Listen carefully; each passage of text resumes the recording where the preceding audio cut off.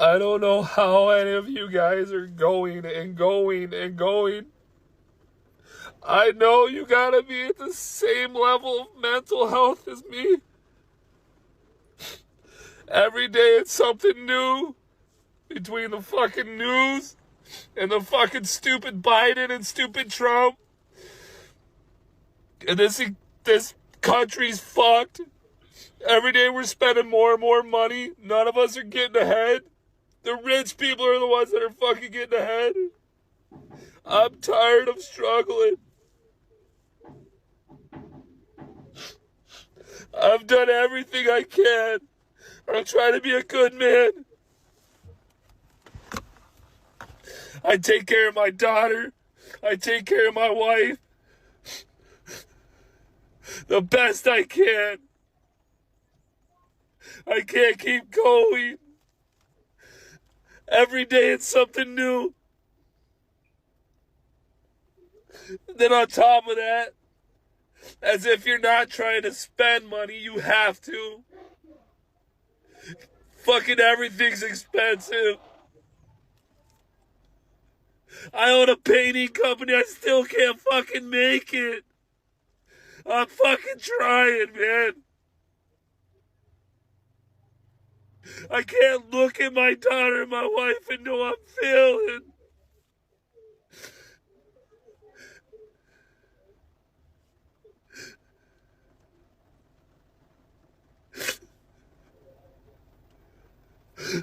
I'm fucking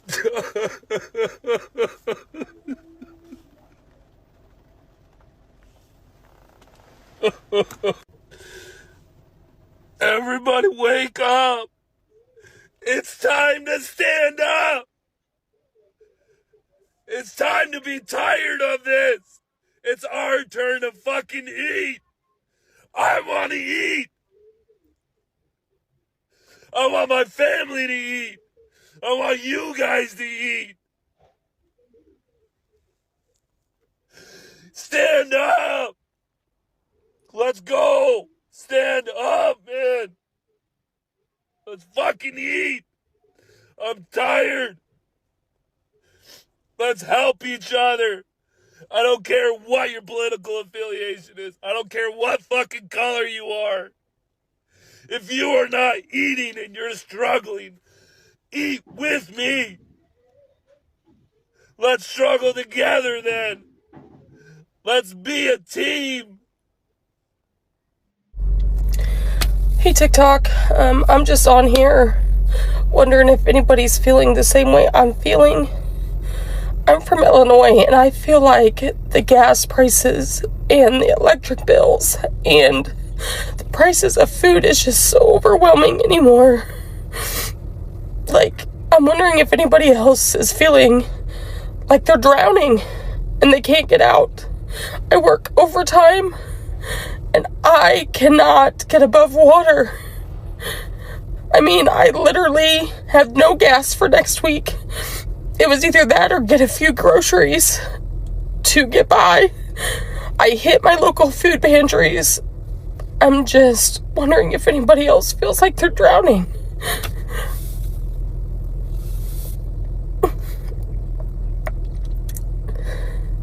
But anyway, I hope everybody has a great day. So I just watched a video of a white woman literally crying about the conditions of the United States, how she has to work 60 hours and she's looking at other countries and they don't even have to work 40 hours, how they can take a train for like pennies on the dollar anywhere they want. Meanwhile, like our country's infrastructure is falling apart. How it feels like there's no support nets. It feels like all the safety nets are dissolving and she doesn't understand why. And I both hate and love to remind these folks that the reason why the United States is the way it is because of y'all. A lot of you are the descendants of folks, or it might actually be some of the folks who were more invested in not sharing all of the programs, all of the initiatives that the United States was starting with marginalized people, specifically Black people. Y'all are some of the same folks who would have rather filled in the pools in your neighborhood than share them. Shut down the schools and the libraries rather than share them. That you would rather vote against any forming of these safety nets or any protections for these safety nets rather than share them with marginalized people. Then you look up a generation or two or less later and wonder why you don't have these safety nets to protect you, because you were banking on your whiteness to keep you safe. And a lot of you learned pretty quickly after this election that you don't even have that to keep you safe. That unless your bank account has something like 7 digits in it, that the folks that you were banking on to protect you won't. And that some of the safety nets that maybe your mama or your family had relied upon, like SNAP or Medicaid or Medicare or any of those other basic safety nets, are going to be eradicated by the very people that you voted for. May I suggest, instead of crying, you strap up? The whole bootstrap thing that y'all be telling my people about. Remember that you get what you pay for. For everybody else who's not invested in crying, maybe some suggested reading. These Some of Us by Heather McGhee. It talks about how equality is not a zero-sum game. This book has torn me up several times that I've read it, but it is essential reading. So for the next few years, might want to be diving in instead of crying on the internet. Just a thought. The white community is really crying. They are really finding it difficult to cope with the situation that is right now in the United States of America. And all the tears they're shedding and all the cry they're having, to the black people seems like nothing. It seems like something that is just normal, yeah? Because the black community right now think, or they feel like the white community should be crying. And even if they cry, they will never get to a point when they will have sympathy or they develop empathy on the white community despite of their cry. It doesn't matter how much they cry, because they feel like we've been crying for years, and you crying for this time does not even mean anything. I hope that you're doing good wherever you are, everybody. And I am a presenter at the Black Empire. I'm here to talk about something very fundamental right now, about the situation in the United States of America and the situation with the white farmers in the US right now, who are really crying because of the bad governance and all that. Yeah. The white community are really asking the black community to come out and help them. Yeah? Help them fight these, or help them complain together with them, or help them speak to the government, that the government should be able to listen to them during these hard times they're going through. But the black community feels like, you know, this is what we've been going through for years, and it doesn't matter how much they cry. Let them cry. Okay? In fact, some of them in the comment section are saying, we are very happy because the white community are crying. Tell me what you think in the comment section. Share with me your thoughts. What do you think about the situation right now that the white community, especially the white farmers, are going through right now? I'll be glad to read your thoughts and also give a response where possible. I am a presenter of the Black Empire. If it's the first time to be here, don't forget to subscribe to this channel. Don't forget to share. Don't forget to press the notification bell. Be the first person to get every episode, as it really comes in, and I really do appreciate. Until then, let's look at these videos, and then shall come back and share my thoughts with you again. We can't afford our rent. We can't afford our prescriptions. We can't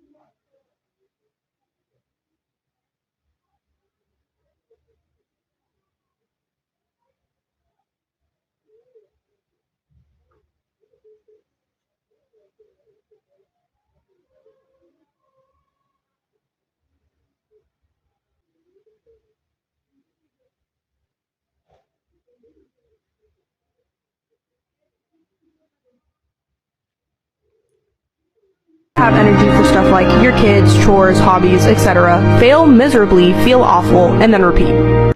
I don't understand why you have to pay to live on a planet you were born on. I ask myself that question every single day. Why do we have to pay to live on Earth? I mean, humans really saw views like this right here and said, let's come up with cities where we build apartments one on top of another. We live like a can of sardines. You're gonna live paycheck to paycheck. Let's invent a thing called 30-year mortgages. I mean, doesn't make much sense.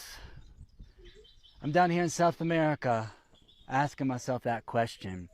I am right now thinking of how to build my house stone by stone. I want to build a stone house, and if necessary, have solar, or not if necessary, if possible, have solar panels, have a watering cistern. If you like this kind of stuff, stick around. The cost of living in this country is currently, it's not going to be, it is currently unsustainable. And there are people that they know this, but then they'll still look at somebody else that's struggling and then tell them they're not doing good enough. I want you to imagine somebody that makes $75,000 a year. That's a pretty high up wage in terms of like top earners in this country, $75,000 a year. And we're going to go through some things here. This is a person with no debt outside of a car. And please don't hit me with the, you can go buy a car for, shut up, you can't, shut up, stop saying ridiculous things. An entry-level decent car is $30,000. So this person who puts $200 a month into insurance and they pay 5% into their 401k because, shut up, people should be able to put money into their retirement. Because if you're not doing it now, you're never going to get to start doing it later. So after those two things come out of their paycheck and their taxes are paid, they bring home $53,850 a year from a $75,000 paycheck. Average rent in my state for a one-bedroom apartment, because an adult should be able to live by themselves, $1,700. That car payment at 6% for an entry-level, very reasonable sedan, nothing fancy, that car payment's $579 a month. Car insurance, $240 or so a month for a lot of vehicles in this day and age. You're a young person, you've got a nice job, but the insurance companies still want to screw you over. Food. You only cook at home. You never, ever go out. You only cook at home and you only eat decent quality food because a human being should be allowed to eat decent quality food. You pay $879 a month for that. You spend $250 a month in gas. You wear and tear on your car $100 a month. $80 for your phone, $80 for your internet, $175 a month for your electricity, $70 for your water, $20 for your cash. You make $75,000 a year, and outside of a car payment, you have zero debt. Do you know how much money you have left over annually at a $75,000 wage? You do nothing. You don't own a Netflix. You don't go out on a date. You don't pay to go to a park. You don't go watch a movie. You do nothing. If you can't find it on the internet for free, you don't get to do it. If you can't cook it at home for your $800, you don't get to do it. You have $3,700 left over annually. That's like $320 a month. And there's going to be, well, that's $300. Shut up. Shut your stupid, contrarian, edgelord mouth. That's not a doctor bill, because God knows just because we have insurance doesn't mean that we don't still pay far out the ass when we go to the doctors. People like to be entertained. They want to date. They want to... There's those of you out there that will tell somebody living like this on $75,000 a year before taxes that they are not doing what they're supposed to do, that they should get a second job, that they should get a side hustle, that they should get a better job. And the fact that you would look at somebody with no debt other than a car and say something like this to them means objectively you're a moron and you live in a fantasy world. This is unsustainable. Hi guys, I'm really stressed today. I just went to the grocery store, bought 10 items, and it was $80 freaking already. I literally have $10 left on my account. The fuck? So a little backstory. I got laid off from my job a month ago. And I've been applying for jobs months before I got laid off. Sent out hundreds of resumes already. Applied to hundreds of jobs on the internet, remote and on-site. Tailored my resume to every position that I applied using ChatGPT. Went to only a few interviews. And still nothing. Like, what the fuck is going on with America right now? Like, it's so freaking hard to live here.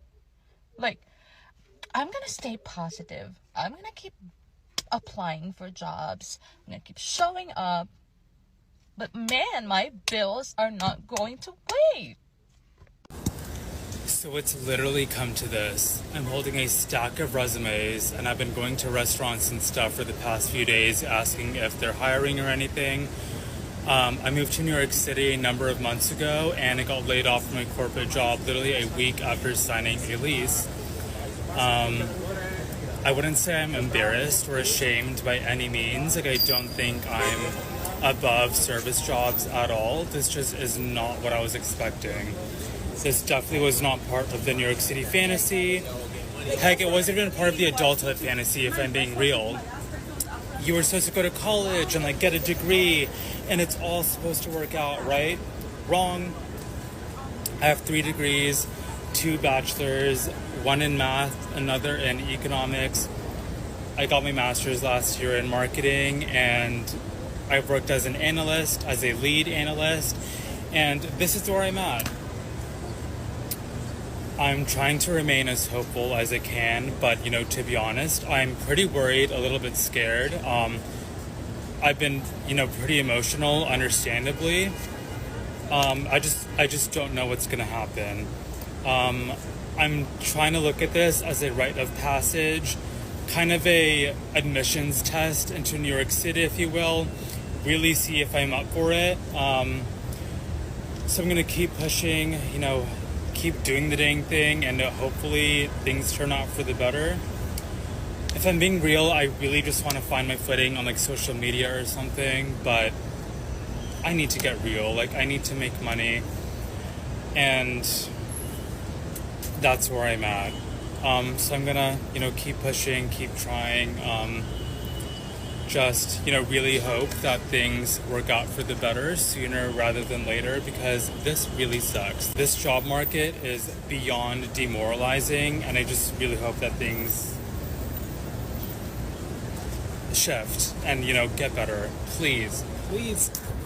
Living in America is so expensive that it's not even living anymore. It's just a recurring subscription. You pay to live, you pay to work, you pay to eat, you pay to sleep. Rent, more than half your income. Groceries, doubled within a year. Gas, insurance, bills, taxes, damn near make money just to give it away.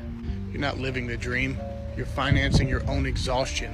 And their solution is budget better. Like you're out here buying Ferraris and filet mignon every single day, when in all reality, you're broke just buying basic needs. And here's the kicker.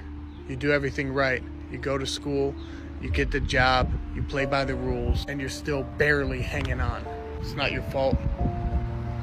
The system was built by design. They want you broke, distracted, and grateful for crumbs, because a stressed, tired population doesn't rebel, it complies. Dying in America is expensive.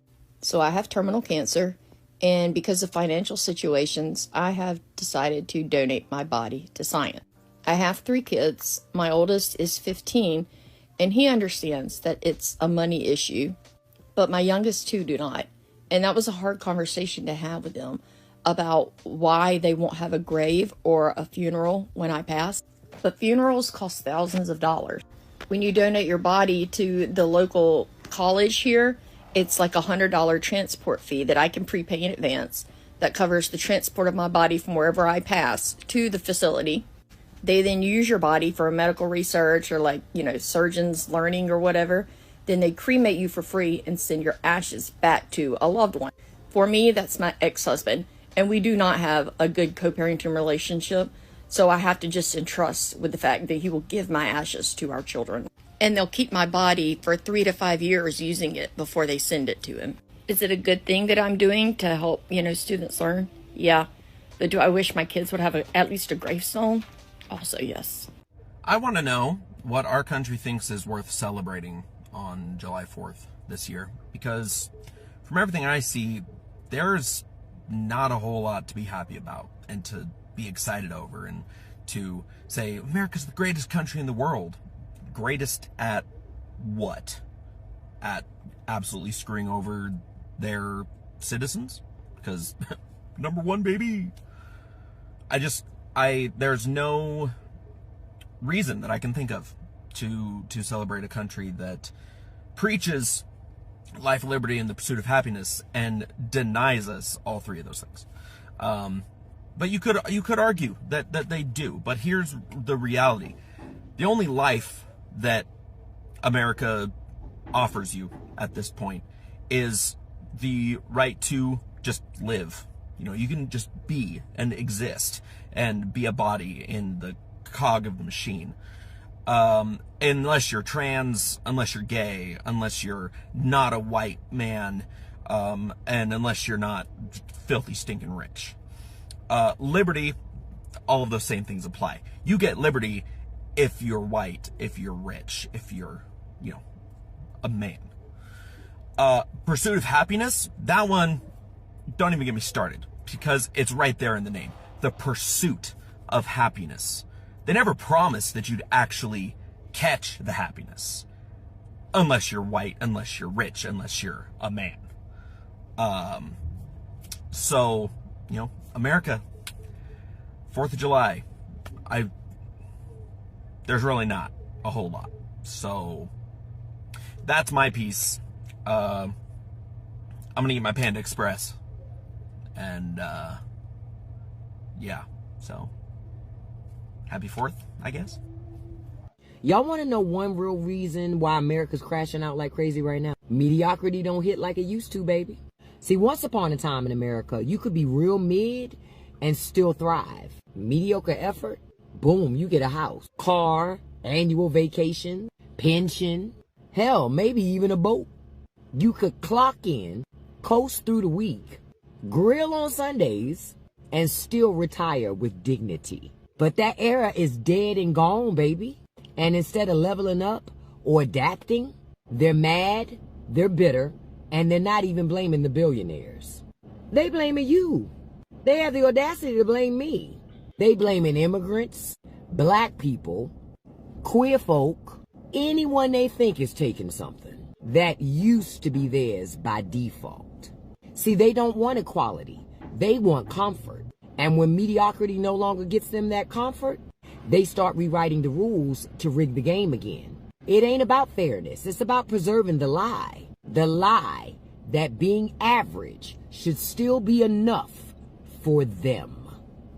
Is anyone else completely sick and tired of living in America where you're expected to work your entire life? Like, we are not here to work.